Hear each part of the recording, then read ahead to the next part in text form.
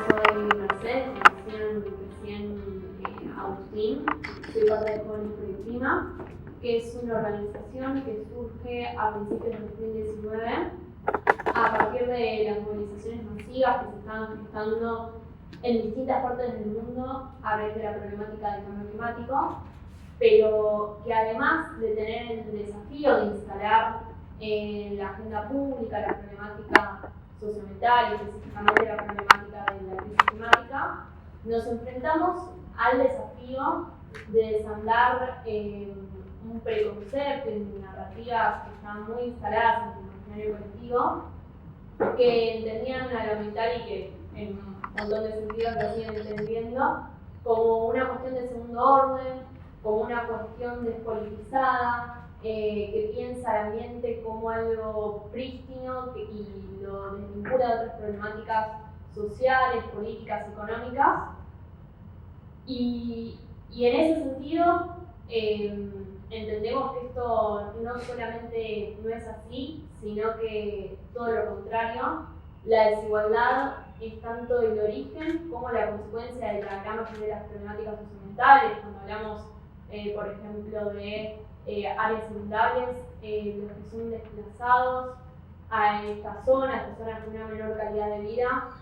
son los sectores populares. Es más, el suelo muchas veces se mide y se evalúa en función de la calidad ambiental. Y esto todavía se profundiza más cuando hablamos de cambio climático, que lamentablemente es el signo de nuestro tiempo. Cuando hablamos de la causa, porque el 1% más rico de la población mundial emite más del doble que el 50% más pobre, pero también cuando hablamos de las consecuencias, porque son los países, bueno, como la Argentina, que menos contribuyen a esta problemática, los que tienen menos herramientas a la hora de hacerle frente, y estas desigualdades también se replican al interior de los países, y lo vimos, bueno, en el último tiempo con las olas de calor. No es lo mismo atravesar una ola de calor con aire acondicionado que en barrios con cableados precarios, techos de chapa. Bueno, hoy en el Día del Agua, que es una de las tantas efemérides en temáticas ambientales que existen, vi un poco los datos del Observatorio Villero de la Garganta Poderosa. El 15% de las viviendas de los barrios no tiene conexión a red de agua, el 65% tiene conexiones inestables, el 44% tiene que comprar agua embotellada, bueno, el 51% tiene tendido eléctrico por fuera de las paredes, entre un montón de cifras que están a disposición. Pero estos son factores de vulnerabilidad que no solamente impactan en las zonas de calor, sino que impactan en todos los fenómenos climáticos extremos, ya sean inundaciones, olas de frío, que son por otra parte la consecuencia más anunciada por la comunidad científica del cambio climático, el aumento de la intensidad y frecuencia de estos fenómenos. Por eso hoy quería enfocarme más que nada en adaptación, que es algo que muchas veces se deja de lado cuando se discute de cambio climático.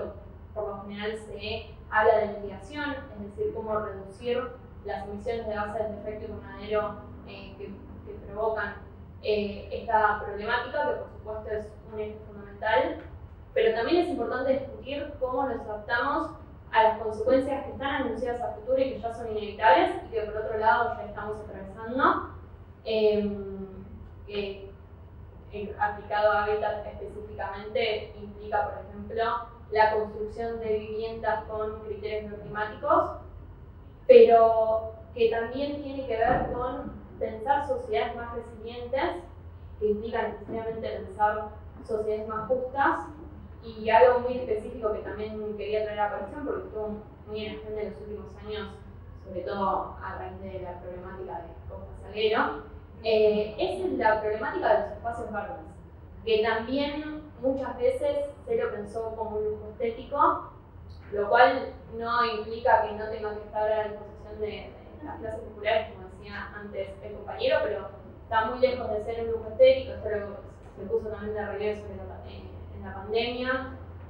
Son fundamentales por una cuestión de salud pública, de salud mental, pero también cumplen un rol esencial cuando hablamos de cambio climático para, bueno, son grandes sumideros de dióxido de carbono, pero también mitigan inundaciones,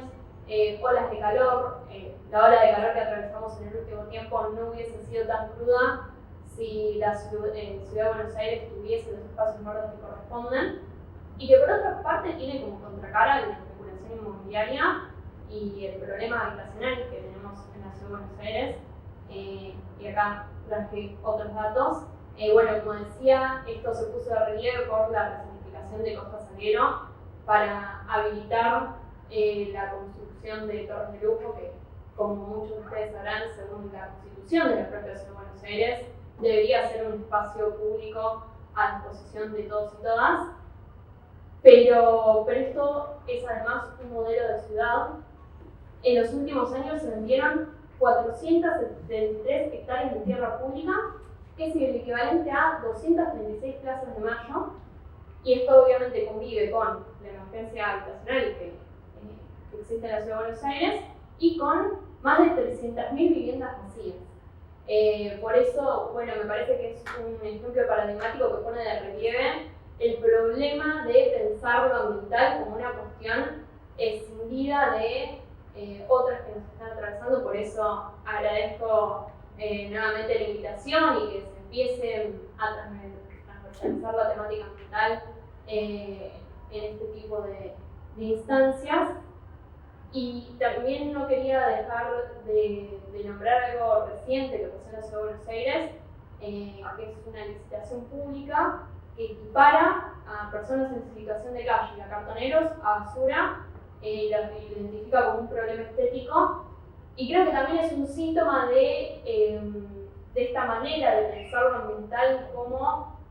una cuestión meramente estética, porque es el mismo gobierno que usa el eslogan de Ciudad Verde, el que estigmatiza a cartoneros y cartoneras, que son un sector que cumple un rol fundamental en una de las grandes problemáticas que tenemos en materia ambiental, que es la problemática de los residuos.